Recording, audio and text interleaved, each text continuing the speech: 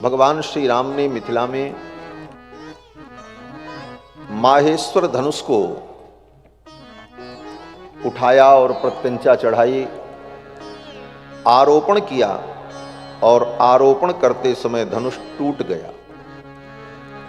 आरोपयित्वा मौर्वीं पूरयामास तद्धनुः तद्बभंज धनुर्मध्ये नरश्रेष्ठो महायशः। धनुष को उठाकर राम जी ने आरोपण किया, उस पर डोरी बांधी और डोरी बांधने के बाद जब डोरी को राम जी ने ऐसे खींचा तो इतना खींच दिया राम जी ने कि धनुष बीच से टूट गया। श्री जनक जी महाराज ने कहा था कि इस धनुष को हजार हजार वीर मिलकर के उठा नहीं सकते। वो धनुष जब सभा में लाया गया तो 5000 बड़े बड़े वीर मिलकर किसी प्रकार बड़ी मशक्कत के बाद उस धनुष को लेकर के सभा में आए थे। 5000 वीर मिलकर, वो भी उठा करके नहीं लाए थे। वो धनुष पहले से ही एक बहुत बड़ी लोहे की पेटी में, मजबूत पेटी में रखा हुआ था और उस पेटी में 8 बड़े बड़े पहिए लगे हुए थे। मंजूषाम अष्टचक्राम, उस मंजूषा के अंदर धनुष रखा था। उस मंजूषा को खींचकर पहिए के सहारे 5000 वीर बामुश्किल ला करके सभा के मध्य में रखते हैं। महर्षि वाल्मीकि कहते हैं कि मंजूषाम अष्टचक्राम ताम समूहुस्ते कथंचन नृणाम शतानि पंचाशद्व्यायतानाम महात्मनाम। 5000 वीरों ने लाकर के उस धनुष को जब सभा के मध्य में रखा तो श्री जनक जी महाराज ने उस धनुष के संदर्भ में जो बात कही वो बड़ी महत्वपूर्ण बात है।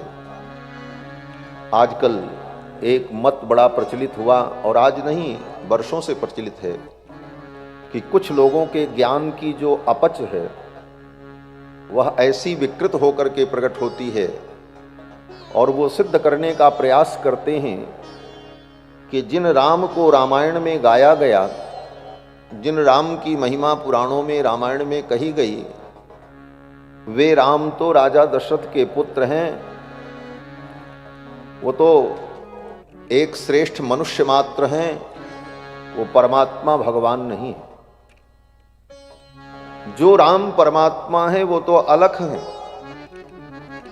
वो घट घट में हैं, वो कण कण में हैं। इस प्रकार की एक मनमुखी विचारधारा जो शास्त्र विरुद्ध, परंपरा विरुद्ध, मान्यताओं से विरुद्ध, ऐसी एक मनमुखी विचारधारा समाज में लोगों को भ्रमित करने लगी। और ये धारा गोस्वामी जी के काल में भी थी।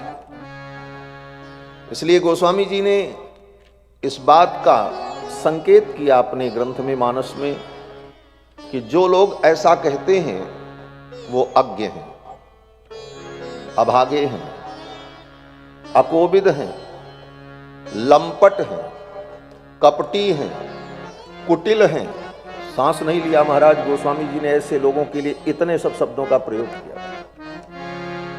अज्ञ अकोविद अंध अभागी, अज्ञ अकोविद अंध अभागी, काई विषय मुकुर मन लागी, काई विषय मुकुर मन लागी, लंपट कपटी कुटिल विषय की, लंपट कपटी कुटिल विषय की, सपने हो संत सभा नहीं देखी, सपने हो संत सभा नहीं देखी, कहित वेद असम्मत बानी, कहित वेद असम्मत बानी, जिनके सूझ लाभ नहीं हानि, जिनके सूझ लाभ नहीं हानि, मुकुर मलिन अरुणयन बीना, मुकुर मलिन अरुणयन बीना, राम रूप देखई किम दीना, राम रूप देखई किम दीना, जिनके अगुण न सगुण विवेका, जिनके अगुण न सगुण विवेका, जन पहि कल्पित बचन अनेका, कल्पहि कल्पित वचन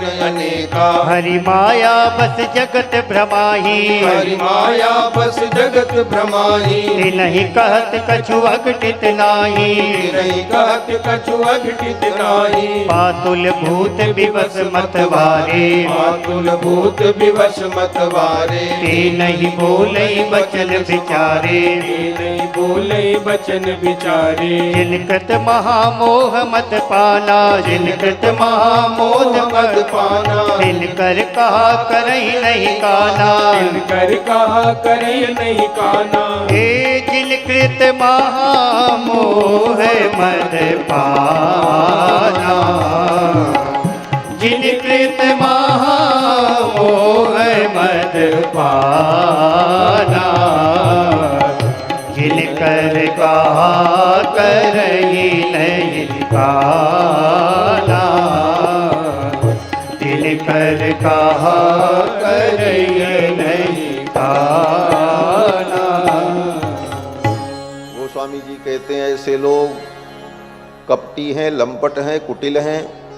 सपने में भी उन्होंने संत सभा का आश्रय नहीं लिया।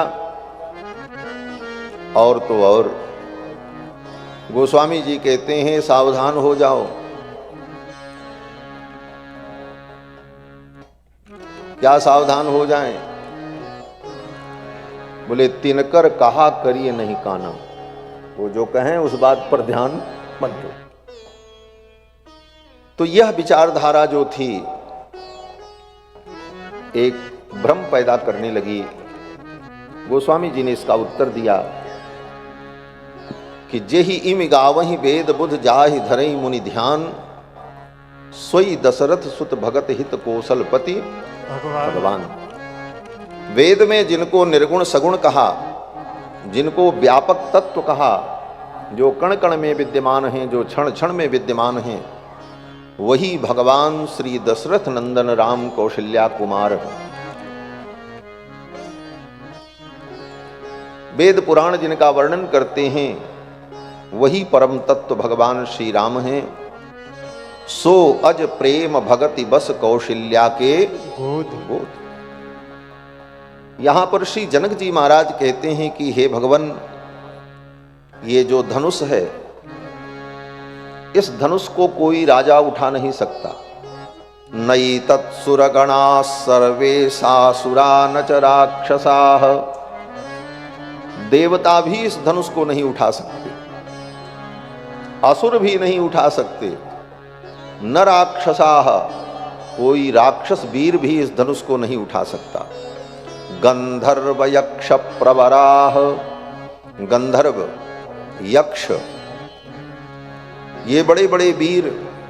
सकिन्नर महोरगाः, किन्नर महोरग महासर्प, ये सब भी इस धनुष को नहीं उठा सकते।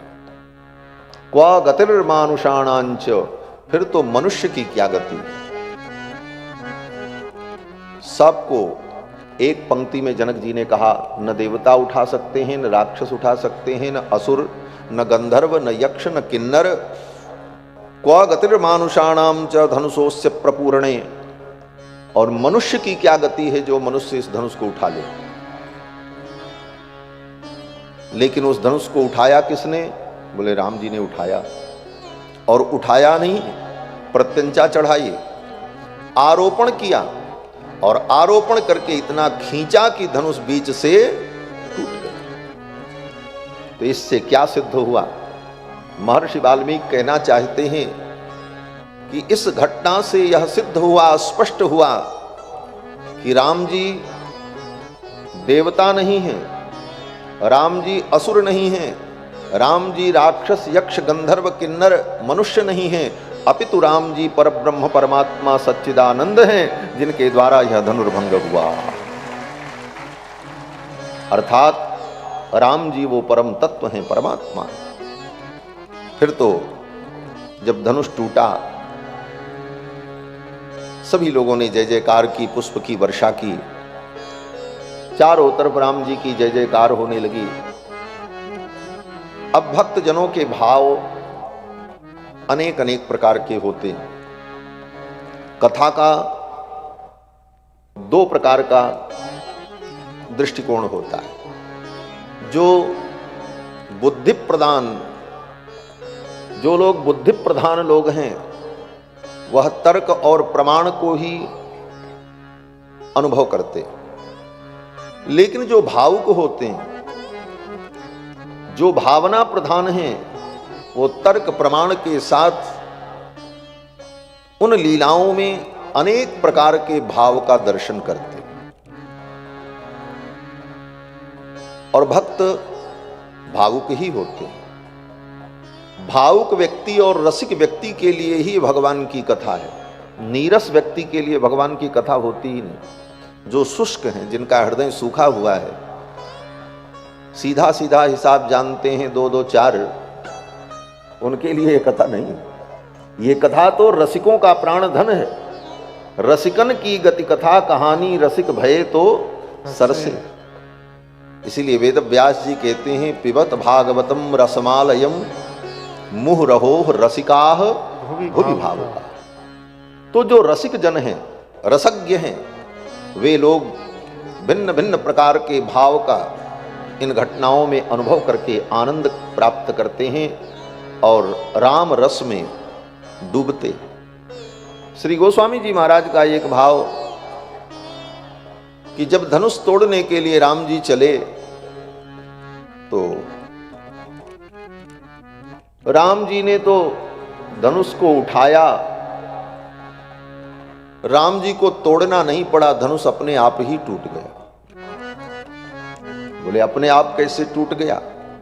तो गोस्वामी जी कहते हैं कवितावली रामायण में कि तुलसी सो राम के सरोज पानी परसत ही, तुलसी सो राम के सरोज पान परसत ही, टूट्यो मानो बारे ते पुरारी ने पढ़ायो है। मानो पहले से ही भगवान शंकर ने उस धनुष को पढ़ा रखा था, सिखा रखा था। देखो राम जी मेरे आराध्य हैं, मेरे प्रभु हैं, और वो जब उठाने आए तो तुम हल्के हो जाना, उनको परिश्रम न करना पड़े, उनके हाथ में जाते ही तुम टूट जाना, राम जी को कोई मेहनत न करनी पड़े। भगवान शंकर ने अपने धनुष को पहले से ही सिखा रखा था। तुलसी सो राम के सरोज पान परसत ही, राम जी के कर कमल का स्पर्श होते ही टूट्यो मानो बारे ते पुरारी ने पढ़ायो है। मानो भगवान ने पहले से ही, भोलेनाथ ने उसको सिखा रखा था, तुम छूते ही टूट जाना। इसीलिए परशुराम जी आए तो लक्ष्मण जी ने यही कहा, छुअत टूट रघुपति ही न दोषो। छुअत टूट रघुपति न दोषो, छुअत टूट रघुपति न दोषो। मुनि बिनु काज करिय कत रोषु, मुनि बिनु काज करिय कत रोषु। छुअत टूट रघुपति ही न दोषो। राम जी के छूते ही धनुष टूट गया, इसमें राम जी का तो कोई दोष ही नहीं। हमारे अवध के भक्त कहते हैं कि राम जी ने धनुष को तृण के समान तोड़ दिया। क्यों? बोले किशोरी जी वरमाला लेकर के जब खड़ी थी तो श्री जानकी जी के मुखमंडल को देखकर राम जी के मन में भाव आया कि कहीं इनको किसी की नजर न लग जाए। सभा में इतने लोग बैठे, परम सुंदरी परम ऐश्वर्यमयी श्री जानकी के मुखमंडल को देखकर कहीं किसी की नजर न लग जाए, कहीं हमारी ही नजर न लग जाए। इसलिए राम जी ने विचार किया श्री जानकी जी की नजर उतारनी चाहिए। राम जी को ध्यान आया, मेरी मैया जब मेरा नजर उतारती थी तो राई नोन उबारती थी, मुझसे थोड़ी भूल हो गई, अयोध्या से चलते समय थोड़ी राई नोन ले लेना चाहिए था, नहीं लेकर के आए, भूल गए। राम जी सोचने लगे अब मैं किशोरी की नजर कैसे उतारूं। तब राम जी को याद आया कि कभी कभी मेरी मैया कौशल्या जब मेरी नजर उतारती, हाथ में राई नोन नहीं होता तो एक तृण उठा करके कौशल्या महारानी राम जी के मुख पर घुमाती और उस तृण को तोड़ करके राम जी के मुख की नजर उतार देती थी। निरखहि छवि जननी तृण तोरी, निरखहि छवि जननी तृण तोरी, श्याम गौर सुंदर तो जोरी, श्याम गौर सुंदर दो जोरी। मां कौशल्या एक तृण लेकर के राम जी के मुख पर घुमाकर और उसे तोड़कर नजर उतार देती। राम जी ने सोचा आज मुझे भी यही करना पड़ेगा, क्योंकि राई नोन तो लेकर के आए नहीं। फिर राम जी ने इधर उधर देखा, जनक जी की सभा में कहीं तृण दिखाई नहीं पड़ा, क्योंकि सभा थी, सभा में तृण कहां से आए। एक तृण भी राम जी को नहीं मिला कि जानकी जी की नजर उतार दें। तो राम जी ने कहा अब तृण नहीं तो इस धनुष को ही उठा करके जानकी के मुख पर घुमा करके इसे तोड़ करके इनकी नजर उतार देते हैं। और रघुनाथ जी ने धनुष को उठाया और जानकी जी के मुखमंडल पर घुमाया और बीच से तोड़ करके किशोरी जी की नजर उतार दी। सिय मुख डीठ लगे न राम ने धनु तृण तोड़े, किशोरी के मुख पर डीठ न लग जाए इसलिए धनुष को ही तोड़ करके राम जी ने किशोरी जी की नजर उतार दी। चारों तरफ जय जयकार होने लगी। राम जी ने धनुष तोड़ दिया, राम जी ने धनुष तोड़ दिया। ये धनुष का तोड़ना ये लीला तो है, लीला के साथ साथ वेदांत का विशुद्ध सिद्धांत है। क्या सिद्धांत है? बोले किशोरी जी मानो जीव है और राम परमात्मा है। किशोरी जी राम जी को प्राप्त करना चाहती, जीव परमात्मा को प्राप्त करना चाहता है। परमात्मा की प्राप्ति ही उसके जीवन का परम उद्देश्य है। किशोरी जी राम जी को चाहती हैं, लेकिन राम जी कब मिलेंगे? बोले ये बीच में रखा हुआ धनुष टूट जाए तब राम जी मिले, क्योंकि शर्त थी धनुष जो तोड़ेगा तब किशोरी जी को राम जी मिलेंगे। तो श्री जानकी जी के बीच में और राम जी के बीच में वो धनुष है, और वो धनुष किसका है? भगवान शंकर का धनुष है, भव धनुष। भव भगवान शंकर का नाम है। भगवान शंकर का एक नाम है भव, और भव की पत्नी है, इसीलिए पार्वती का नाम भवानी, भवस्य पत्नी भवानी। तो भव माने भगवान शंकर। ये भगवान शंकर का धनुष है, भव धनुष है। और भव का मतलब संसार भी होता है, संसार को भव कहते हैं, इसीलिए इसे भव सागर कहा जाता है। तो श्री जानकी रूपी जीव राम रूपी ब्रह्म को, परमात्मा को प्राप्त करना चाहती हैं, लेकिन दोनों के बीच में ये भव धनुष बाधक है। ये भव धनुष टूटे तो जानकी जी को राम जी मिले। यही स्थिति जीव की है। जीव और परमात्मा के बीच में ये भव धनुष, ये संसार है। ये संसार ही भव धनुष है। ये संसार छूटे तो जीव को परमात्मा मिले। अब प्रश्न ये है, इस भव धनुष को कौन तोड़ेगा? सीता जी ने धनुष तोड़ा? बोले नहीं। तोड़ा किसने? बोले राम जी ने।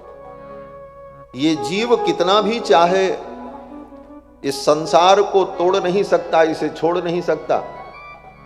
राम जी ही संसार छुड़ा दें, राम जी ही ये भवबंधन मिटा दें तो ये भवबंधन मिट जाए। जीव के वश की बात नहीं। धनुष राम जी ने तोड़ा और फिर किशोरी जी ने राम जी का वर्ण किया। लेकिन जब राम जी धनुष तोड़ने आए तो राम जी की सुकुमारता को देखकर किशोरी जी के मन में यह भाव आया कि ये इतने सुकुमार हैं, इनसे धनुष कैसे टूटेगा। क्यों? बोले किशोरी जी ने सोचा जो इतने सुकुमार हैं कि अगहन के महीने में पुष्प वाटिका में, वो भी प्रातः काल के समय, फूल तोड़ने में जिनको पसीना हो जाता है। राम जी जब पुष्प वाटिका में पुष्प लेने गए तो अगहन का महीना था। अगहन के महीने में बहुत अच्छी ठंडी पड़ती है हमारे उत्तर भारत में। आपके यहाँ तो इस समय भी कोई ठंडी नहीं है। इस समय अयोध्या जाओ तो पता चले क्या ठंडी है। अगहन के महीने में अच्छी खासी ठंडी पड़ती है और प्रातः काल की वेला में। लेकिन राम जी इतने सुकुमार कि जब पुष्प वाटिका में फूल तोड़ने गए तो राम जी को पसीना छूटने लगा। गोस्वामी तुलसीदास जी महाराज कहते हैं, भाल तिलक श्रम बिंदु सुहाए। मस्तक पर पसीना की बूंदें आ गईं। मिथिला की सखियों ने देखा तो मिथिला की सखियों ने कहा, सरकार आप इतने कोमल हो, काहे छूटल लीलार पे पसीना हो लाल, काहे छूटल लीलार पर पसीना। शरद के प्रभात रहे नाही दोपहरिया, नाही रहल जेठ के महीना हो लाल, काहे छूटल लीलार पर पसीना। शरद के प्रभात रहे नाही दोपहरिया, शरद के प्रभात रहे नाही दोपहरिया, नाही रहल जेठ के महीना हो लाल, काहे छूटल लीलार पे पसीना। नाही रहल जेठ के महीना हो लाल, काहे छूटल लीलार पे पसीना। काहे छूटल लीलार पे पसीना हो लाल, काहे छूटल लीलार पे पसीना। काहे छूटल लीलार पे पसीना हो लाल, काहे छूटल लीलार पे पसीना। लड़का सयान बूढ़ नर नारी बस करके, लड़का सयान बूढ़ नर नारी बस करके, लड़का सयान बूढ़ नर नारी बस करके, लड़का सयान बूढ़ नर नारी बस करके। चलना उतान करके सीना हो लाल, काहे छूटल लीलार पे पसीना। चलना उतान करके सीना हो लाल, काहे छूटल लीलार पे पसीना। काहे छूटल लीलार पे पसीना हो लाल, काहे छूटल लीलार पे पसीना। काहे छूटल लीलार पे पसीना हो लाल, काहे छूटल लीलार पे पसीना। सखियों ने कहा, काहे छूटल लीलार पे पसीना हो लाल, काहे छूटल लीलार पे पसीना। शरद के प्रभात रहे नाही दोपहरिया, नाही रहल जेठ के महीना हो लाल, काहे छूटल लीलार पर पसीना। मिथिला में आकर के आपने बूढ़े जवान स्त्री पुरुष सबको अपनी रूप माधुरी से मोहित कर लिया और उसके बाद सीना तान करके आप मिथिला की गलियों में घूम रहे थे शान से कि हमारे जैसा तो कोई नहीं है, और एक फूल तोड़ने में आपको पसीना छूट रहा। इतने सुकुमार रघुनाथ। श्री जानकी जी ने भगवान की सुकुमारता का जब अनुभव किया तो जानकी जी विचार करने लगी, इनसे धनुष कैसे टूटेगा। तो श्री जानकी जी ने भगवान शंकर से प्रार्थना की, हे भोलेनाथ आप कृपा करो, ये धनुष इनके हाथों से टूट जाए, धनुष हल्का हो जाए। मन ही मन मनाव अकुलानी, मन ही मन मनाव अकुलानी, हो प्रसन्न महे महेश भवानी, हो प्रसन्न महेश भवानी। जानकी जी ने प्रार्थना की, हे भवानी, हे भोलेनाथ, आप प्रसन्न हो जाओ, धनुष इनके हाथ से टूट जाए। तब तक भगवान ने धनुष को नहीं छुआ। भगवान सुन रहे थे। भगवान ने मन में सोचा, धनुष हमको तोड़ना है, इसमें भगवान शंकर और भवानी क्या करेंगे? हमसे कहें। अर्थात यह वेदांत का सिद्धांत है कि भगवान किसी की कृपा से नहीं मिलते, भगवान स्वयं की कृपा से मिलते। आप ये सोचो कि अमुक देवता, अमुक देवी, अमुक कृपा कर देंगे तो हमको भगवान मिल जाएंगे। बोले नहीं। यमे वैश वृणुते तेन लभ्य, वो परमात्मा स्वयं तुम्हारा जब वर्ण करेगा तुम उसे प्राप्त कर पाओगे। उसमें क्या होगा? वो परमात्मा स्वयं जब वर्ण करेगा तभी कोई उसे प्राप्त कर सकता है। सोई जानई जेहि देहु जनाई, जानत तुम ही हो गई जाए। तब तक भगवान शंकर ने धनुष का स्पर्श नहीं किया। श्री जानकी जी ने गणेश जी की वंदना की, हे गणपति, आप कृपा करो, धनुष इनके हाथों से टूट जाए, ये हमको मिल जाए। गण नायक वरदायक देवा देवा, आज लगे कीन्ही तुव सेवा। हे गणपति, आज तक मैंने आपकी सेवा की, आप कृपा करो रघुनाथ जी हमें मिल जाएं। राम जी ने कहा, इसमें गणेश जी क्या करेंगे, धनुष तो हमको तोड़ना। किशोरी जी ने उस धनुष से प्रार्थना की, अब मोहि शंभुचाप गति तोरी, हे शंभुचाप, अब तुम ही मेरी गति हो, इनके हाथ में जाकर के तुम टूट जाना। भगवान ने मन में विचार किया, अभी तक तो ठीक था, देवी देवताओं से प्रार्थना कर रही थी, अब तो शंकर जी के गण से प्रार्थना कर, और शंकर जी के गण तो भूत ही प्रेत होते। राम जी किसी की कृपा से नहीं मिलते, राम जी स्वयं की कृपा से मिलते। उत्तम भक्ति क्या है? ऐसे तो भक्ति के अनेक भेद बताए गए हैं, 81 प्रकार के भक्ति के भेद, फिर उसमें भी अनेकानेक सूक्ष्म प्रकार के विचार हैं, परंतु मूल रूप से भक्ति का 3 रूप है, उत्तम, मध्यम और साधारण।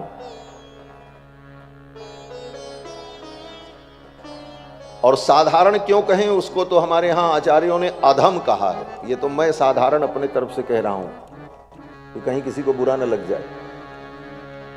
3 प्रकार की भक्ति कही, उत्तम, मध्यम, अधम। अधम भक्ति क्या है? बोले अधम भक्ति करने वाले 99% लोग अधम भक्ति करने वाले ही होते हैं। अधम भक्ति का लक्षण कहा कि विष्णु पायो ह्यन्य फलः सोधमः परिकीर्तिता। भगवान को उपाय बनाकर और संसार की वस्तुओं को प्राप्त करने के लिए भक्ति करना, ये अधम भक्ति है, ये अधम भक्ति। और ऐसे ही लोग ज्यादा हैं, साधन बनाते हैं भगवान को, और साध्य क्या है उनका? बोले संसार का नाशवान विषय। साधन बनाया भगवान को, भक्ति की भगवान की, ये बहुत अच्छा काम किया, लेकिन चाहा क्या? बोले भगवान को नहीं चाहा, भगवान से संसार चाहा, बेटा मिले, बेटी मिले, घर मिले, मकान मिले, धन मिले, वस्तु मिले। तो भगवान से जो तुमने चाहा वो वस्तुएं तो नाश होने वाली हैं, आज नहीं कल वो फिर नष्ट हो जाएंगी, वो सदा के लिए नहीं। तो अविनाशी परमात्मा से नाशवान वस्तुओं की जो कामना करते हुए भक्ति की गई, वह भक्ति अधम है। मध्यम भक्ति क्या है? बोले अन्य साधन के द्वारा भगवान को प्राप्त करना, ये मध्यम भक्ति है। अन्योपायो विष्णु फलः मध्यमः परिकीर्तितः। कर्म के द्वारा, अन्य किसी योग और साधना के द्वारा भगवान को प्राप्त करना अथवा किसी देवी देवता की कृपा से भगवान मिलेंगे ये विचार करके भगवान को पाने का प्रयत्न करना, बोले ये भी भक्ति भगवान की है, लेकिन ये मध्यम भक्ति है, उत्तम नहीं। उत्तम भक्ति क्या है? कहते हैं माधवांघ्रि द्वयोपायो माधवांघ्रि प्रयोजनम। भगवान के चरणारविंद ही साधन है और भगवान के चरणारविंद ही साध्य है। भगवान से भगवान को चाहना यह सर्वोत्तम भक्ति है। माधवांघ्रि द्वयोपायो माधवांघ्रि प्रयोजनम स उत्तमाधिकारी स्यात् कृतकृत्योऽस्यः जन्मनि। वह उत्तमाधिकारी है और इसी जन्म में वो कृतकृत्य हो जाता है। तो भगवान से भगवान को मांगना चाहना यह सर्वोत्तम भक्ति मानी गई, उत्तम भक्ति। किशोरी जी उन देवताओं से कह रही हैं आप कृपा करो राम जी मिल जाए।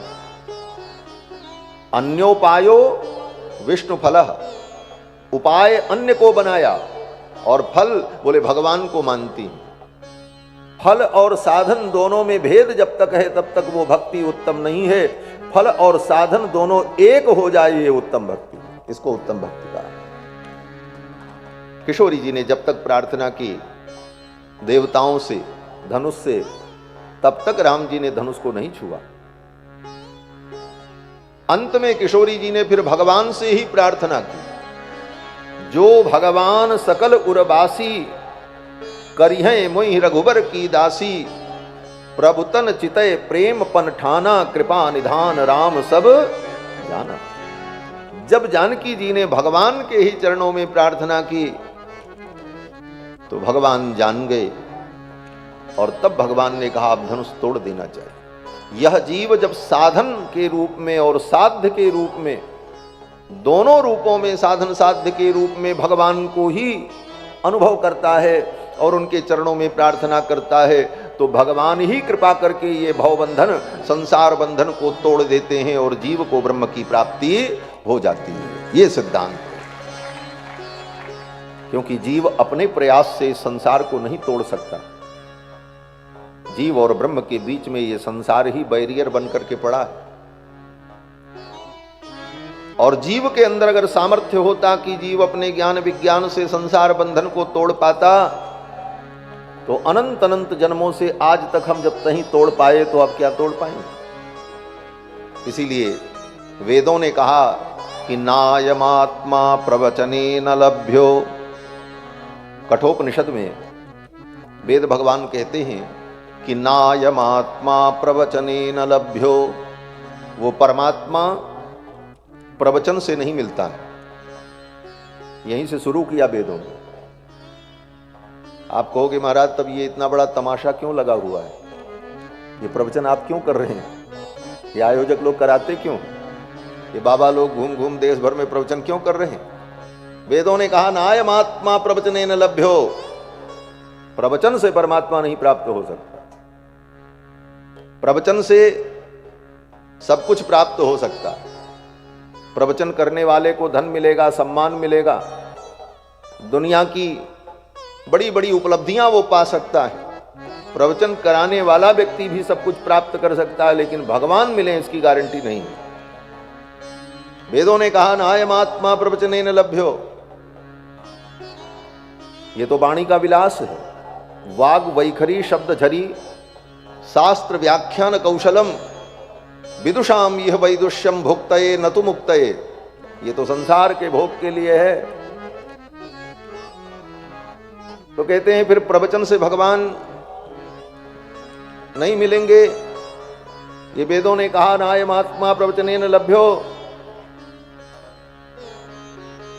तो कहते हैं देखो प्रवचन से भगवान नहीं मिलेंगे, लेकिन प्रवचन से वो मार्ग समझ में आएगा कि किस मार्ग से भगवान मिलते हैं। ये बात, प्रवचन से भगवान मिलेंगे तो सबसे पहले तो प्रवचनकर्ताओं को भगवान मिल जाते, पहले तो उन्हीं को मिलना चाहिए। प्रवचन से जो मार्ग निष्कर्ष निकला उस मार्ग का अनुसंधान करने पर भगवान मिलेंगे। नायमात्मा प्रवचने न लभ्यो न मेधया। बहुत बुद्धि है आपके पास, आप बड़े बुद्धिमान हैं, आपको भगवान मिल जाएंगे।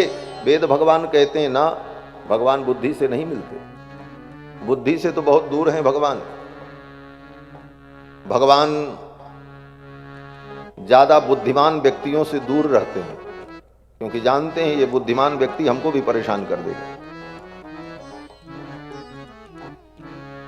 थोड़ी सी बुद्धि मनुष्य को क्या मिल गई पशु से ज्यादा, तो सारी सृष्टि में उत्पात मचाए हुए। आज सारी सृष्टि में सबसे ज्यादा उपद्रव अगर कोई कर रहा होगा तो मनुष्य ही कर रहा है। पशु बेचारे तो खा रहे हैं, सो रहे हैं, आराम कर रहे हैं। पेट भर जाए तो उनको फिर किसी से कोई कुछ रगड़ा झगड़ा नहीं, लेकिन ये मनुष्य, इसका पेट भर जाए तो फिर ये रगड़ा झगड़ा शुरू करते हैं। सबसे खतरनाक प्राणी अगर धरती पर कोई है तो मनुष्य है, और सबसे ज्यादा दुखी मनुष्य है। पशु बेचारे बहुत सुखी हैं, न उनको लड़ाई है, न झगड़ा है, न द्वेष है, न ईर्ष्या है, न प्रतिस्पर्धा है, न सम्मान की लड़ाई उनके पास है। उनको तो केवल पेट भरना है और फिर शांति से उछलना है, चहकना। पशु पक्षियों को देखो, पेट भर जाता है तो कितने प्रसन्न होकर के उछलते हैं, आनंद में रहते हैं। और मनुष्य, बोले मनुष्य के मुंह पे 12.5 दिन भर बजा रहता है, जब देखो तब ये टेंशन, वो टेंशन, ये समस्या, ये दुख, इसी में मनुष्य का जीवन बीत जाता है। क्योंकि मनुष्य अपने बुद्धि से सुखी होने के प्रयत्न में ही दुखी होता रहता है। तो भगवान बुद्धिमानों से भी बहुत दूर रहते हैं। नायमात्मा प्रवचनेन लभ्यो न मेधया न बहुना श्रुतेन। वेद भगवान कहते हैं बहुत सुन लो और तुमको भगवान मिल जाएंगे। बोले नहीं, कितना भी सुन लो, हम बहुत सुनते हैं इसलिए हमको भगवान मिल जाए, बोले इसकी गारंटी नहीं। नायमात्मा प्रवचनेन लभ्यो न मेधया न बहुना श्रुतेन। तो प्रश्न किया फिर भगवत प्राप्ति कैसे होगी? तो वेदों ने कहा यमे वैश वृणुते तेन लभ्यः। वो परमात्मा स्वयं तुम्हारा जब वर्ण करेगा तब तुम उसको प्राप्त कर पाओगे। यमे वैश वृणुते तेन लभ्यः। अब इस पंक्ति पर भगवत पाद शंकराचार्य का भाष्य जो है, भगवान शंकराचार्य इसका व्याख्यान करते हुए कहते हैं यमे वैश वृणुते तेन लभ्यः। साधन के रूप में जीव जो है भगवान का वर्ण कर ले तब भगवान मिलते हैं। यह भी अर्थ बहुत सुंदर अर्थ है। अभी जो बात मैंने कही कि साधन के रूप में भगवान को ही वर्ण करना है, दूसरा साधन करोगे तब तक भगवान मिलने वाले नहीं है। भगवान ही साधन बन जाएं और भगवान ही साध्य बन जाएं। तो भगवान शंकराचार्य कहते हैं ये जीव साधन के रूप में भगवान का वर्ण कर ले, यमे वैश वृणुते। और भगवान श्री रामानुजाचार्य इस मंत्र के व्याख्यान में थोड़ा आगे बढ़ करके एक विशेष भाव रखते हैं। भगवत पाद रामानुजाचार्य कहते हैं जीव साधन के रूप में भगवान का वर्ण कर ले, ये तो अच्छी बात है, लेकिन जीव साधन के रूप में भगवान का जब वर्ण कर लेता है तब भगवान प्रसन्न होकर के उस जीव का वर्ण करते हैं।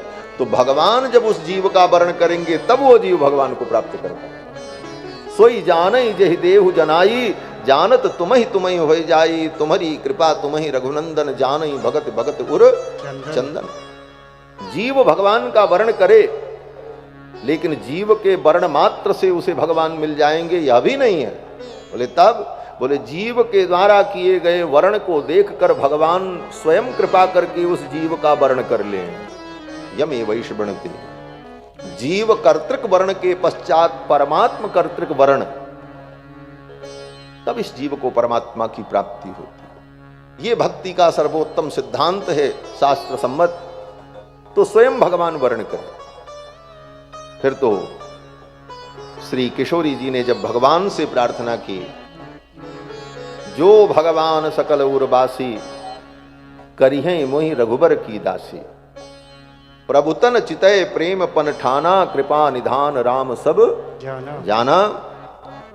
और फिर भगवान ने विलंब नहीं किया, भगवान ने धनुष उठाया, प्रत्यंचा चढ़ाई और खींचा, धनुष मध्य से टूट गया। और जब धनुष टूट गया तो किशोरी जी ने राम जी के गले में वरमाला डाल दी। वरमाला लेकर के परमात्मा के वर्ण का संकल्प लेकर के किशोरी जी चली हैं, लेकिन किशोरी जी के द्वारा होने वाला वर्ण भी तब जो है सफल हुआ जब राम जी ने स्वयं धनुष तोड़ करके किशोरी जी के वर्ण का संकल्प किया।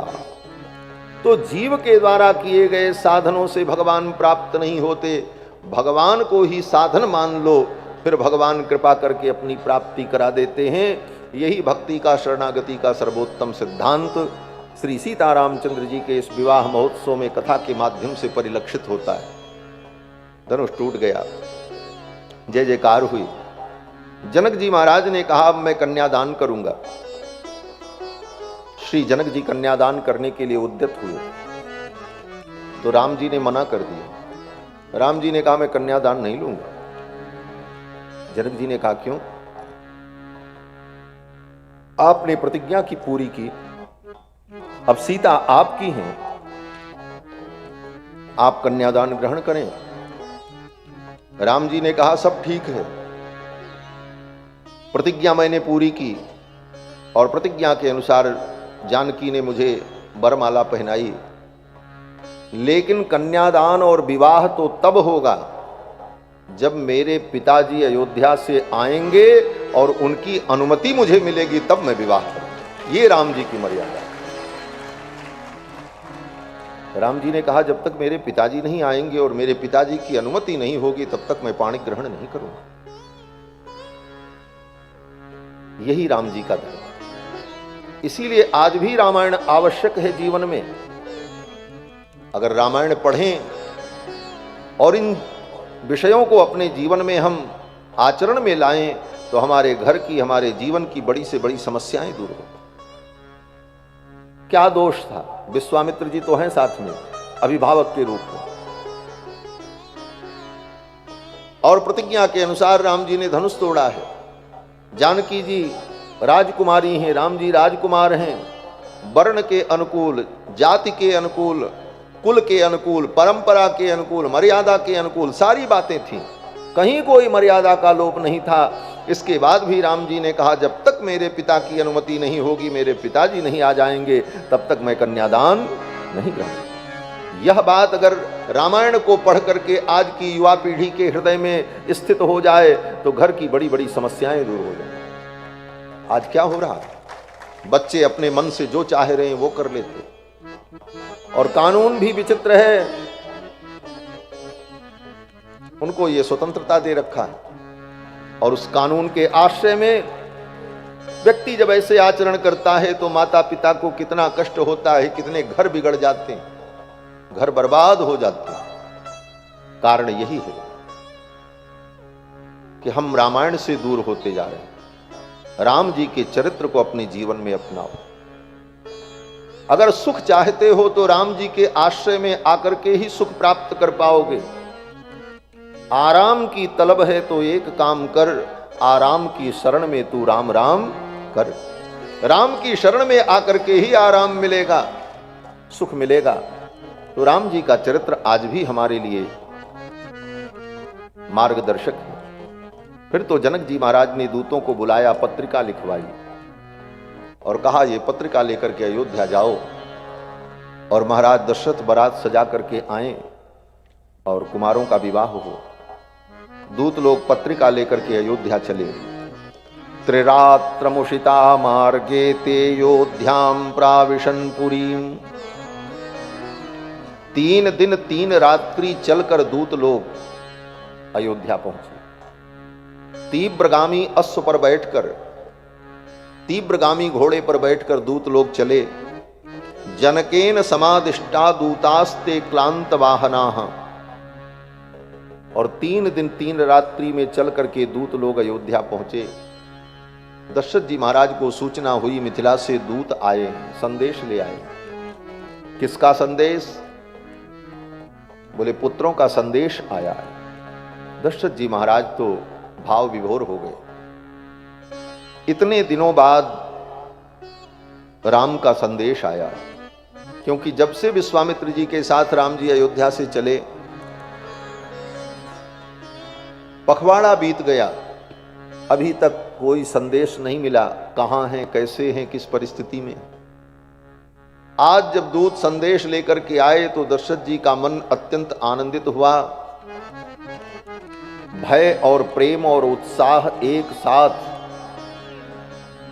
क्यों बोले, क्या होगा संदेश में, यह सोचकर अनेक प्रकार की मन में कल्पनाएं होने लगी। दशरथ जी महाराज बड़े भाव विभोर हो गए। दूत आए तो दशरथ जी महाराज ने उन दूतों से पूछा, भैया कहो कुशल दो बारे, तुम नीके निज नयन निहारे। हे भैया, दशरथ जी महाराज उन दूतों को भैया कह करके संबोधन करते। एक चक्रवर्ती सम्राट एक साधारण दूत को, एक संदेशवाहक को कितनी आत्मीयता से दशरथ जी कहते हैं, भैया हमारे पुत्रों को देखा है, भैया कहो कुशल दो बारे, तुमनी के निज नयन निहारे। मेरे दोनों बालक कुशल से तो हैं, आपने उन्हें देखा है, अपनी आंखों से देखा है। दूतों ने कहा, हाँ महाराज, हम उन्हीं का संदेश लेकर के आए। दूतों ने पत्रिका दी। दशरथ जी महाराज ने पत्रिका ली और ज्यों ही पढ़ने चले, एक पंक्ति पढ़ी होगी तब तक आंखें डबडबा गईं दशरथ जी। दशरथ जी ने सोचा, ये आंखों के आंसू अगर इस पत्रिका पर गिर पड़े तो पत्रिका में जो लिखा है वो स्याही बिगड़ जाएगी, अक्षर बिगड़ जाएंगे, फिर तो संदेश पढ़ा नहीं जा सकेगा। और अत्यंत भावुक होने के कारण दशरथ जी महाराज ने वो पत्रिका फिर बंद कर दी और दूतों से कहा, भैया आप ही संदेश सुनाओ। फिर तो दूतों ने दशरथ जी महाराज को संदेश सुनाया। अब मिथिला के दूत थे। मिथिला के दूत तो बड़े रसिक, मिथिला ऐसे भी रस की भूमि है। मिथिला के उन दूतों ने कहा, सरकार हम मिथिला से आए हैं और ये पत्रिका लेकर के हम आए हैं। आपके कुमार श्री राम ने मिथिला में धनुष तोड़ा, जिस धनुष को बड़े बड़े वीर तिल भर हिला न सके, उस धनुष को आपके कुमार ने तोड़ा है। मेरे महाराज ने प्रतिज्ञा की थी, जो धनुष तोड़ेगा उसे जानकी प्राप्त होंगी। और आपके पुत्र श्री रघुनाथ जी ने धनुष तोड़कर वरमाला प्राप्त की। अब आप अपने परिकरों के साथ चलो और चल करके अपने पुत्र का धूमधाम से विवाह संपन्न कराओ। इन सब बातों को मिथिला के दूतों ने अपनी पंक्तियों में कहा। हमारे बक्सर के पूज्य मामा जी, जो मिथिला रस के परम रसिक, कि दूत लोग किस प्रकार दशरथ जी महाराज से निवेदन करते हैं। हम तो पाती लेके आवत बानी पार से, राजा जनक दरबार से ना। हम तो पाती लेके आवत बानी पार से, राजा जनक दरबार से ना। राजा जनक दरबार से ना। हमरा घरवा जनक नगरिया, आईली भूप दुवरिया। हमरा घरवा जनक नगरिया, राजा आईली भूप दुवरिया। मनवारी गईले महिमा अपरंपार से, राजा जनक दरबार से ना। मनवारी गईले महिमा अपरंपार से, राजा जनक दरबार से ना। हम तो पाती लेके आवत बानी पार से, राजा जनक दरबार से ना। राजा जनक दरबार से ना। हमरा राजा जनक के दिया, जिनके नाम बाटे सिया। हमरा राजा जनक के दिया, जिनकर नाम बाटे सिया। उनकर शादी हुई है कौशल्या कुमार से, राजा जनक दरबार से ना।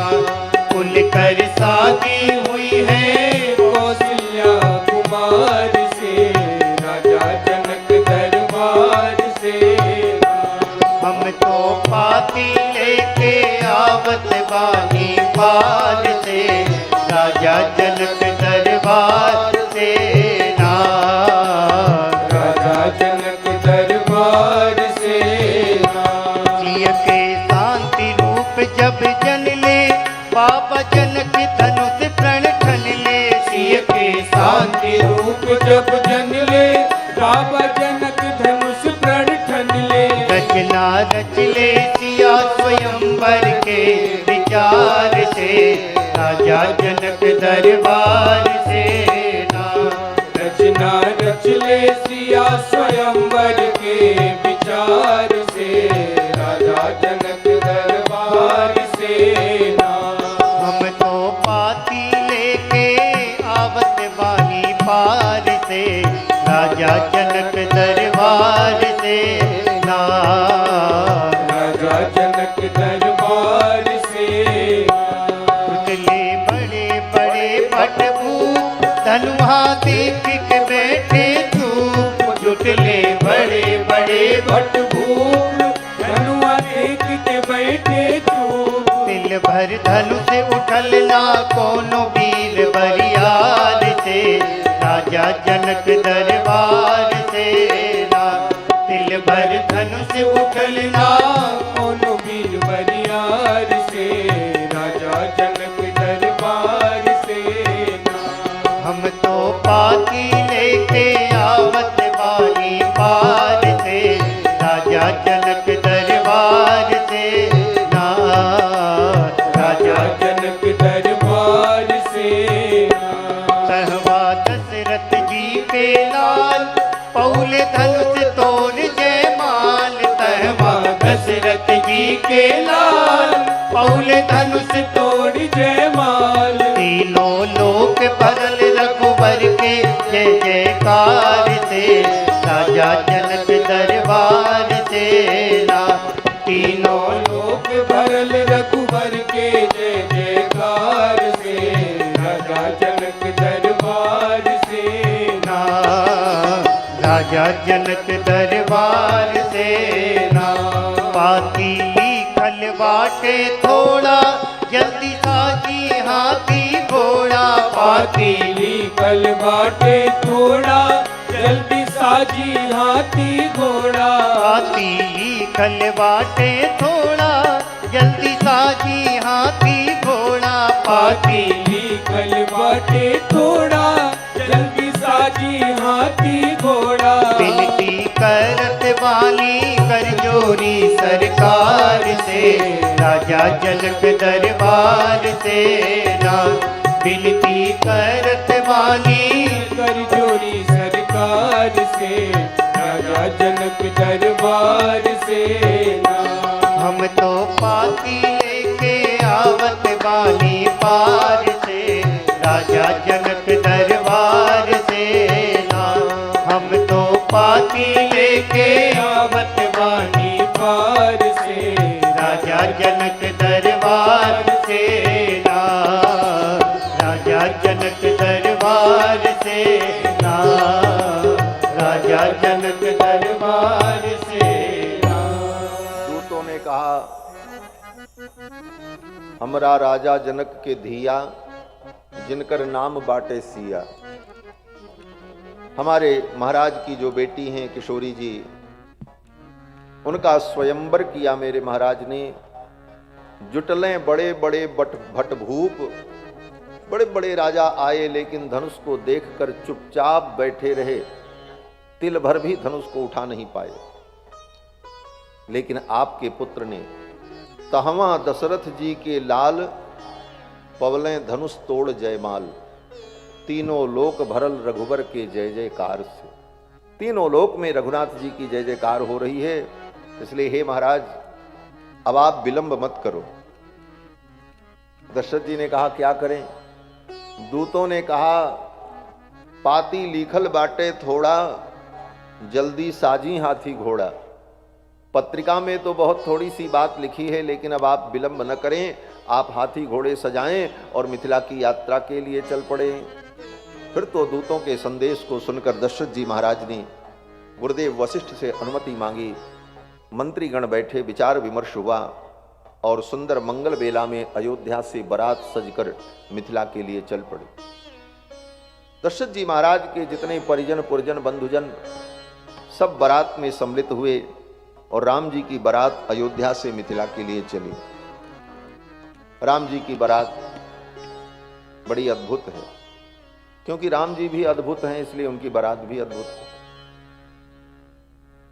राम जी अद्भुत हैं। जब प्रकट हुए तो मां कौशल्या ने प्रार्थना में यही कहा, अद्भुत रूप निहारी। श्रीमद् भागवत महापुराण में भी वेद व्यास जी कहते हैं, जब कृष्ण भगवान प्रकट हुए तो तमद्भुतम बालकम अम्बुजे क्षणम, अद्भुत बालक। ये अद्भुत शब्द, अद्भुत का मतलब जैसा कभी हुआ नहीं था, ऐसा विलक्षण। तो भगवान अद्भुत हैं, इसलिए भगवान की बारात भी अद्भुत है। और भगवान के बारात की विशेषता क्या? बोले दुनिया में जितनी बारात आपने आज तक देखी होगी, बर यात्रा, उसमें दूल्हा साथ में रहता है, लेकिन राम जी की बारात ऐसी कि बिना दूल्हे की बारात अयोध्या से चलकर मिथिला के लिए जा रही है। दूल्हा पहले ही चला गया। ऐसी बारात दुनिया में कोई देखी बिना दूल्हे की बारात हो। और दूसरी विशेषता राम जी के बारात की, बारात ब्याह के लिए तब जाती है जब विवाह की तिथि निश्चित हो जाए।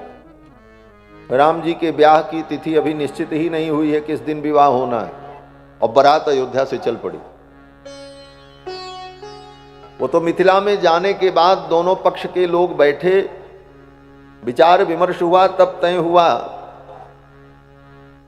कि 2 दिन बाद उत्तरा फाल्गुनी नक्षत्र है और फिर उत्तरा फाल्गुनी नक्षत्र में इनका विवाह हो। तो मिथिला में जाने के बाद जब दोनों पक्ष के लोग बैठे, तब विवाह की तिथि का निर्णय हुआ। बिना तिथि के निर्णय के ही बारात अयोध्या से चल पड़ी। ऐसी बारात, जिस बारात में दूल्हा नहीं और विवाह की तिथि भी तय नहीं, लेकिन सब आनंद पूर्वक नाचते गाते अयोध्या से मिथिला के लिए चल पड़े। राम जी के सखा भी सब बड़े विचित्र विचित्र महाराज, छरे छबीले छैल सब सूर सुजान नवीन। राम जी के जितने सखा थे सब सज धज कर बारात में सम्मिलित हुए। भैया भरत और शत्रुघ्न बारातियों का नेतृत्व कर रहे थे, सबकी साज संभार कर रहे थे। अयोध्या से मिथिला के लिए जब बारात चली तो श्री गुरुदेव वशिष्ठ जी महाराज आगे आगे चल रहे हैं, श्री दशरथ जी महाराज चलते हैं।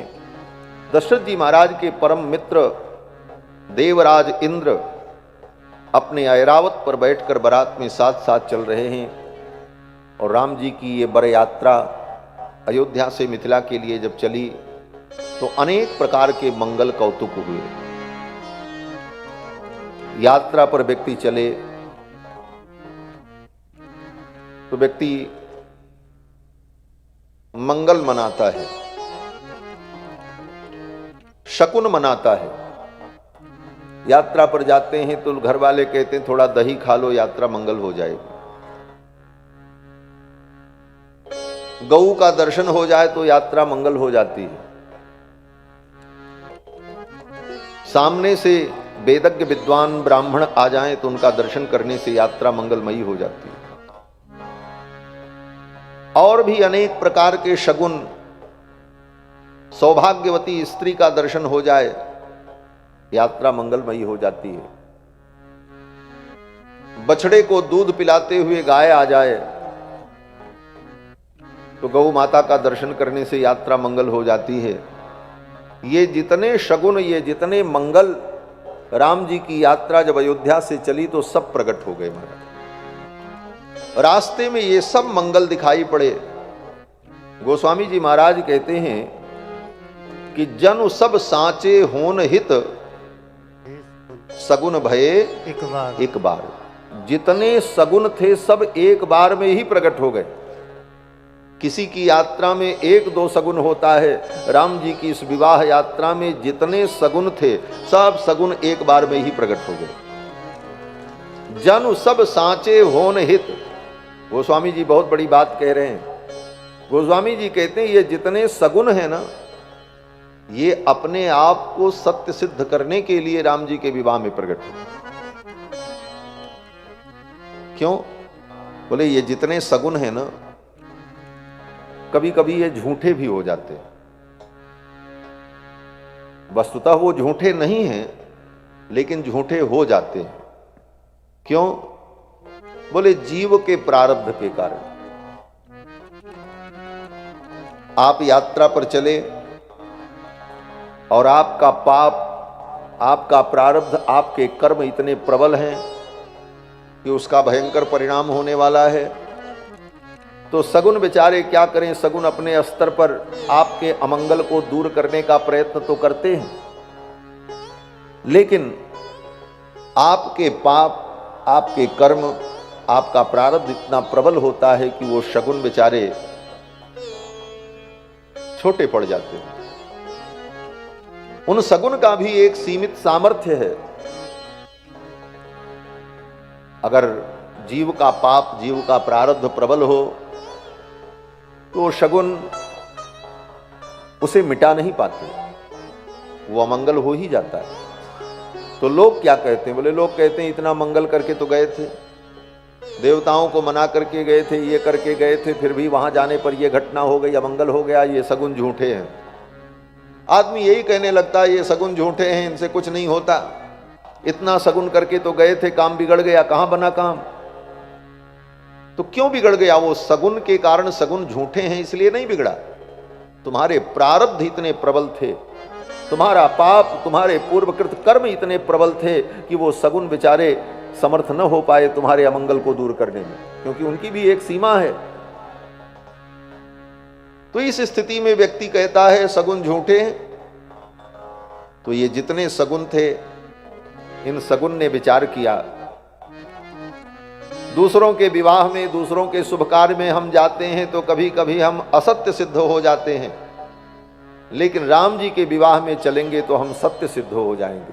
क्यों? बोले राम जी के विवाह में कोई अमंगल होने ही वाला नहीं है, राम जी के विवाह में कोई अमंगल हो नहीं सकता, और राम जी के विवाह में हम जाएंगे तो हम सत्य सिद्ध हो जाएंगे, हमारी सार्थकता सिद्ध हो जाए। जनु सब साँचे होन हित, सगुन भये एक बार। जनु सब साँचे होन हित, वे सगुन अपने आप को सत्य सिद्ध करने के लिए राम जी के विवाह में एक साथ सारे सगुन प्रकट हो गए। अब जब बारात अयोध्या से चली तो कितने सगुन हो रहे हैं। कई चौपाइयों में गोस्वामी तुलसीदास जी महाराज वर्णन करते हैं कि कितने सगुन हुए महाराज। बनई न बरनत बनी बराता, बनई न बरनत बनी बराता, हो ही सगुन सुंदर शुभ दाता, हो ही सगुन सुंदर शुभ जाता। ताहिल काज सुखेत सुहावा, ताहिल काज सुखेत सुहावा, नकुल दरस सब काहू पावा, नकुल दरस सब काहू पावा। सानुकूल बह त्रिविध बयारी, सानुकूल बह त्रिविध बयारी, संकट सवाल आप बर नारी, संकट सवाल आप बर नारी। लोबा फिर दरस दिखावा, लोबा फिर दरस दिखावा। सुरभि सन्मुख शिशु ही पियावा, सुरभि सन्मुख शिशु ही पियावा। मृगमाला फिर दाहिल आई, मृगमाला फिर दाहिल आई। मंगल गण जनु दीन दिखाई, मंगल गण जनु दीन दिखाई। क्षेम करी कह क्षेम विषेखी, क्षेम करी का क्षेम विषेखी। श्यामा पाम सुतर पर देखी, श्यामा पाम सुतर पर देखी। सन्मुख आयो दधियरु मीना, सन्मुख आयो दधियरु मीना। कर पुस्तक दुई विप्र प्रवीणा, कर पुस्तक दुई विप्र प्रवीणा। मंगल गण कल्याणमय अभिमत फलदातार, मंगलमय कल्याणमय अभिमत फलदातार। जनु सब साचे होन हित, भये सगुन एक बार। जनु सब साचे होन हित, भये सगुन एक बार। भये सगुन एक बार, भये सगुन एक बार। सारे सगुन एक बार में ही प्रकट हो गए। लोआ फिर दरस दिखावा। राम जी की बारात चली तो लोमड़ी आकर के बारातियों के सामने कभी इधर भागे कभी उधर भागे, यात्रा में चलते समय लोमड़ी दिख जाए तो यात्रा मंगल मानी जाती। लोआ पुनि पुनि दरस दिखावा। नेवले का दर्शन हो जाए तो नेवले का दर्शन यात्रा को मंगल बना देता है। ये सब मंगल राम जी के विवाह में हुए। मृगमाला, मृगों का समूह बरातियों के दाहिने तरफ से निकल करके जाने लगा। छेमकरी का दर्शन हुआ। यात्रा में छेमकरी का दर्शन हो जाए तो यात्रा मंगलमयी होती। छेमकरी क्या है? बोले सफेद रंग की जो चील होती है, सफेद रंग की जो चील होती है उसी को छेमकरी कहते हैं। यात्रा में उसका दर्शन हो जाए तो यात्रा मंगलमयी हो जाती है। ये सब मंगल राम जी के बर यात्रा में प्रकट हुए और बड़े धूमधाम से राम जी की बारात अयोध्या से मिथिला के लिए चली। रास्ते में श्री जनक जी महाराज ने जगह जगह नदियों पर सेतु बनवा दिए थे। छोटी छोटी नदियां, अनेक नदियां रास्ते में पड़ती। अब बरातियों को पार होने में कठिनाई न हो इसलिए जनक जी ने उन नदियों पर सेतु बंधवा दिया। जगह जगह बरातियों के स्वागत सत्कार के लिए, रहने ठहरने के लिए व्यवस्थाएं कराई और बारात अयोध्या से चलकर 4 दिन में मिथिला पहुंची। 4 दिन लगे अयोध्या से मिथिला जाने में। गत्वा चतुरहम मार्गम विदेयान अभ्युपेयवान राजा च जनक श्रीमान छुत्वा पूजामकल्पयत। 4 दिन में बारात रुकते, आराम करते, आनंद पूर्वक मिथिला पहुंची। जनक जी महाराज ने जब सुना कि अयोध्याधिपति महाराज अपने परिजनों को लेकर के आए हैं, जनक जी स्वागत के लिए आए। स्वागत सत्कार किया, सुंदर जनवास दिया, रहने ठहरने की, खाने पीने की सब सुंदर व्यवस्था की। जनक जी ने तो बड़ी सुंदर व्यवस्था की, लेकिन वो व्यवस्था जो थी वो कम थी। क्यों कम थी? बोले इतने ज्यादा बाराती कि जनक जी ने जितनी व्यवस्था की थी वो व्यवस्था उन बारातियों की संख्या की दृष्टि से कम थी। और कितनी कम थी? बोले बहुत कम थी। इतने बाराती राम जी के विवाह में आ गए, 1,64,000 तो रघुवंशी क्षत्रिय, 64 लक्षोपरि रघुवंशजाः विवाहे रामभद्रस्य परिवार युतागताः। 1,64,000 रघुवंशी तो अपने परिवार परिजनों के सहित आए हुए थे। बाकी नौकर चाकर, सेवक, ब्राह्मण, विद्वान, पंडित, संत महात्मा। राम जी के ब्याह में संत महात्मा भी खूब थे महाराज, क्योंकि राम जी के प्रेमी तो संत महात्मा ही होते हैं। और दूल्हे का जो प्रेमी होता है वो तो बारात में जाता ही जाता है। इसलिए राम जी के विवाह में संत महात्माओं की भी कोई कमी नहीं थी। एक से एक जटाधारी महात्मा, दाढ़ी वाले, जटा वाले, बड़े बड़े तिलक लगाए हुए सब महात्मा लोग विवाह में पहुंचे। अब जनक जी की जो व्यवस्था थी वो व्यवस्था कम पड़ गई। जनक जी को बड़ा संकोच हुआ, अब मैं क्या करूं। जनक जी अपनी संपूर्ण मिथिला नगरी को बेच दें और उसके बदले में घास भूसा मंगाते तो अयोध्या से आए हुए हाथी, घोड़े, ऊंट, खच्चर, वेसर, इनके भोजन की भी पूर्ति न हो पाती। इतनी बड़ी बात थी।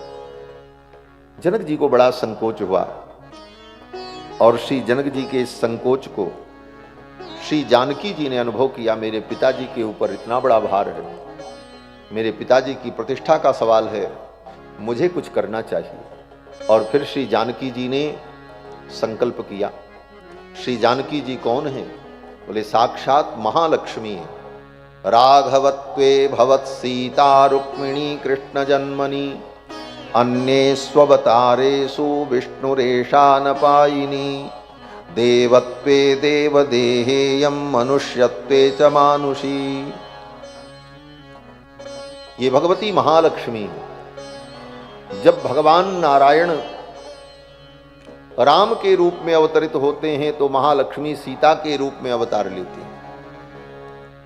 भगवान नारायण जब कृष्ण बनते हैं तो महालक्ष्मी रुक्मिणी के रूप में आती हैं। राघवत्वे भवत सीता रुक्मिणी कृष्ण जन्मनि। तो सीता जी साक्षात महालक्ष्मी हैं और समस्त वैभव संपत्ति की स्वामिनी हैं। लक्ष्मीं क्षीर समुद्र राजतनयां श्रीरंगधामेश्वरीं दासीभूत समस्त देव वनितां लोकैक दीपांकुरां। जो बड़ी बड़ी सिद्धियां हैं, देवियां हैं, वो सब कौन हैं? बोले सब जानकी जी की दासी हैं। लक्ष्मीं क्षीर समुद्र राजतनयां श्रीरंगधामेश्वरीं दासीभूत समस्त देव वनितां लोकैक दीपांकुरां। श्रीमन मध्य कटाक्ष लब्ध विभव ब्रह्मेन्द्र गंगाधराम त्वाम त्रैलोक्य कुटुंबिनीम सरसिजाम वंदे मुकुंद प्रियाम। भगवान मुकुंद की प्रिया भगवती पराम्बा जगज्जननी जगदम्बा जो आदि शक्ति हैं, जिनको देवी रहस्य में कहते हैं कि सर्वस्याद्या महालक्ष्मी त्रिगुणा परमेश्वरी लक्ष्यालक्ष्य स्वरूपा सा व्याप्य कृत्स्नम व्यवस्थिता। जिस प्रकार भगवान व्यापक हैं और सर्वज्ञ हैं, सर्वेश्वर हैं, उसी तरह भगवती सर्वत्र व्याप्त हैं और सर्वेश्वरी हैं और सब कुछ करने में समर्थ। तो श्री जानकी जी ने विचार किया, मेरे पिताजी के प्रतिष्ठा का विषय है, मुझे कुछ करना चाहिए। और श्री जानकी जी ने सिद्धियों का स्मरण किया। सिद्धियों का स्मरण करके जानकी जी ने आदेश दिया, बरातियों की सेवा के लिए लग जाओ। फिर तो अणिमा महिमा गरिमा लघिमा प्राप्ति प्राकाम स्वावस्य सभी सिद्धियां प्रकट हो गईं, 9 निधियां प्रकट हो गईं। उन सिद्धियों ने, 9 निधियों ने अपने अपने अंश से अनेक प्रकार की सिद्धियों को, उपसिद्धियों को प्रकट किया। और फिर तो बरातियों की ऐसी सेवा हुई महाराज, ऐसी सेवा हुई कि बाप जन्म में बरातियों ने ऐसी सेवा कभी देखी नहीं थी महाराज, ऐसी सेवा हुई। जानी सी बरातपुर आई, जानी सी बरातपुर आई, कछुलिज महिमा प्रगट जनाई, कछुलिज महिमा प्रगट जनाई। हृदय सुमिर सब सिद्धि बुलाई, हृदय सुमिर सब सिद्धि बुलाई। धूप पौनई करन पठाई, धूप पहुनई करन पठाई। सिद्धि सब सी आय सुअकनी गई जहाँ जनवास, सिद्धि सब सी आय सुअकनी गई जहाँ जनवास। लिए संपदा सकल सुर, सुरपुर भोग विलास। लिए संपदा सकल सुख, सुरपुर भोग विलास। निज निज बास बिलोक बराती, निज निज बास बिलोक बराती। सुर सुख सकल सुलभ सब भांति, सुर सुख सकल सुलभ सब भांति। विभव भेद कछु को न जाना, विभव भेद कछु को न जाना। सकल जनक कर कर ही बखाना, सकल जनक कर कर ही बखाना। ऐसी महिमा रघुनायक जानी, श्री महिमा रघुनायक जानी। हरि से हृदय हेतु पहचानी, हरि से हृदय हेतु पहचानी। सब लोग जनक जी का बखान करने लगे, वाह जनक जी ने इतनी बढ़िया व्यवस्था की। लेकिन ये व्यवस्था कहां से हो रही है, ये रहस्य केवल राम जी जान पाए। सिय महिमा रघुनायक जानी, रघुनाथ जी जान गए ये जानकी की महिमा है, किशोरी की महिमा। सब लोग तो जनक जी का बखान करने लगे और बरातियों का भव्य दिव्य स्वागत हुआ। जनवासे में सभी लोग बैठे, दोनों पक्ष के लोग, एक दूसरे का परिचय हुआ और फिर कुल का परिचय दिया गया। वशिष्ठ जी महाराज ने महाराज दशरथ के कुल का परिचय दिया। वशिष्ठ जी ने कहा कि अव्यक्त प्रभवो ब्रह्मा, जो परमात्मा अव्यक्त परम तत्व हैं, उन परमात्मा की नाभि से ब्रह्मा का प्रादुर्भाव हुआ। सृष्टि कहां से चली वहां से वर्णन करते हैं। अव्यक्त प्रभवो ब्रह्मा शाश्वतो नित्य अव्ययः, तस्मान् मरीचिः संजज्ञे मरीचे कश्यपस्सुतः। अव्यक्त परमात्मा के द्वारा, भगवान नारायण के द्वारा नाभि कमल पर ब्रह्मा प्रकट हुए। ब्रह्मा जी से मरीच की उत्पत्ति हुई और मरीच के पुत्र कश्यप हुए। कश्यप के पुत्र विवस्वान सूर्य हुए। विवस्वान के पुत्र वैवस्वत मनु हुए। वैवस्वत के पुत्र इक्ष्वाकु हुए और इक्ष्वाकु के पुत्र कुक्ष हुए। कुक्ष के पुत्र विकुक्ष हुए। इस प्रकार ब्रह्मा से लेकर दशरथ जी पर्यंत संपूर्ण सूर्य वंश का वर्णन वशिष्ठ जी महाराज ने किया। वशिष्ठ जी कहते हैं कि ऐसा जो पवित्र वंश है कि नाभागस्य बभूवाज अजात दशरथो भवत, इसी पवित्र वंश में, इसी परंपरा में महाराज नाभाग हुए। नाभाग के पुत्र महाराज अज हुए और अज के पुत्र महाराज दशरथ हुए। नाभागस्य बभूवाज अजात दशरथो भवत, अस्मात् दशरथात् जातौ भ्रातरौ राम लक्ष्मणौ। और उन दशरथ के पुत्र ये राम और लक्ष्मण हैं। राम जी का तो विवाह तय हो गया था, धनुष टूटा, टूटत ही धनु भयो विवाहु। लेकिन मंडप में जब ये सब चर्चा चल रही थी, कुल का परिचय हो रहा था, तो दशरथ जी महाराज थोड़ा गंभीर हो गए।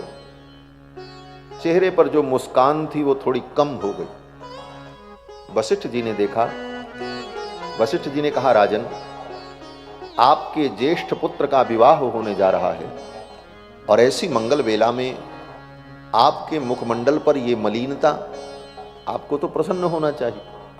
दशरथ जी ने कहा, गुरुदेव प्रसन्न तो मैं भी हूं, लेकिन एक बात की चिंता है मन में। बोले, क्या चिंता? दशरथ जी ने कहा, गुरुदेव आपको तो सब पता है, आपकी कृपा से चौथी अवस्था में 4 पुत्र प्राप्त हुए। एक साथ 4 पुत्रों की प्राप्ति हुई, एक साथ ये बड़े हुए, एक साथ इनके सारे संस्कार हुए, एक साथ ये गुरुकुल में पढ़ने गए। लेकिन आज केवल राम का विवाह हो रहा है, बाकी भाइयों का विवाह नहीं हो रहा। अगर चारों भाइयों के विवाह एक साथ होते तो यह भी सुख मैं देख लेता, क्योंकि अब तो मेरे जीवन का कोई ठिकाना नहीं है। मेरे चारों पुत्रों का विवाह भी अगर एक साथ होता तो कितना आनंद होता। यही सोच करके मन में थोड़ा संकोच है। वशिष्ठ जी ने कहा, अच्छा, कुल गुरु को, आचार्य को कितना अधिकार होता था। एक बार भी वशिष्ठ जी ने नहीं पूछा दशरथ जी से और तुरंत निर्णय ले लिया। वशिष्ठ जी ने कहा जनक जी से, राजन, रघुनंदन राम के लिए मैं सीता का वर्ण करता हूं और आपकी औरस कन्या जो उर्मिला है, कुमार लक्ष्मण के लिए उर्मिला का मैं वर्ण करता हूं। घोषणा कर दी सभा में। जनक जी महाराज के तो आंखों में आंसू आ गए। मैं एक बेटी का कन्यादान करना चाह रहा था और मेरी दूसरी पुत्री का भी विवाह तय हो गया और इसी कुल में मेरी दोनों बेटियां एक ही घर में रहेंगी, इससे बड़ा सुख क्या होगा। जनक जी बड़े आनंदित हुए। विश्वामित्र जी सभा में बैठे थे। विश्वामित्र जी ने सोचा मुझे भी कुछ करना चाहिए।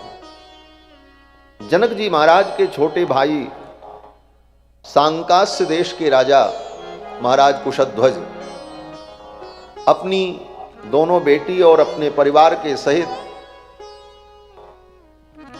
जनक जी के यहाँ विवाह के इस कार्यक्रम में आए हुए थे। वो भी सभा में बैठे थे। उनकी दो बेटियां मांडवी और श्रुतकीर्ति।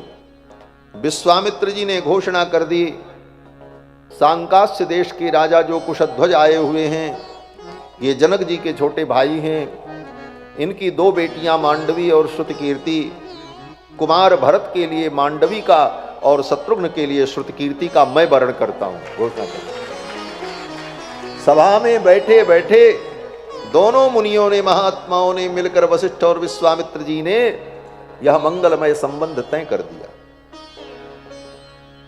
अब तो बाजे बजे, आनंद चतुर्गुणित हो गया। चारों तरफ जय जयकार होने लगी। दशरथ जी महाराज भी बड़े प्रसन्न, जनक जी महाराज भी बड़े प्रसन्न। फिर तो विद्वानों ने, ब्राह्मणों ने मुहूर्त देखा। मुहूर्त 2 दिन बाद का था। सब लोग सभा में बैठे। उस दिन संयोग से मघा नक्षत्र था। आचार्यों ने, विद्वानों ने कहा कि मघा ह्यद्य महाबाहो तृतीय दिवसे प्रभो फाल्गुन्यामुत्तरे राजस्तस्मिन् वैवाहिकं कुरु। विद्वानों ने कहा आज मघा नक्षत्र है। आज के 3 दिन बाद तीसरे दिन उत्तरा फाल्गुनी नक्षत्र आएगा।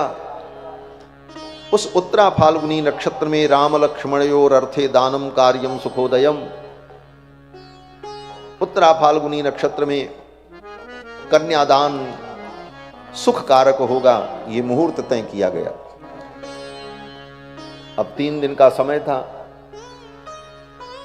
चारों कुमारों का एक संस्कार अभी बाकी था। विवाह के पहले जितने संस्कार होते हैं, उन संस्कारों में विवाह से ठीक पूर्व एक संस्कार होता है जिसको गोदान कहते हैं। गोदान का मतलब ये गौदान नहीं, ये गोदान अन्वर्थ संज्ञा है। गोदान का मतलब केशांत। केशांत नाम का जो संस्कार है उसी को गोदान संस्कार कहते हैं। ये विशेष संस्कार है और केशांत संस्कार के बाद ही विवाह संस्कार होता है। आज तो स्थिति यह है कि हम अपने को सनातन धर्मी कह रहे हैं,